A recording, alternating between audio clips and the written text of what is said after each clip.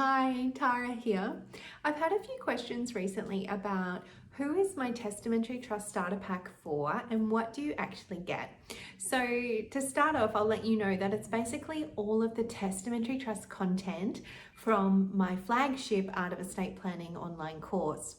It's designed for financial planners, accountants, or lawyers who want to easily be able to talk to their clients about testamentary trusts. It has a 1 hour testamentary trust training for you as the advisor, diving deep into what a testamentary trust is, how many to set up, when do they get set up on the death of a couple, the first person, or after they've both passed away, really diving into whether you need an appointer or not.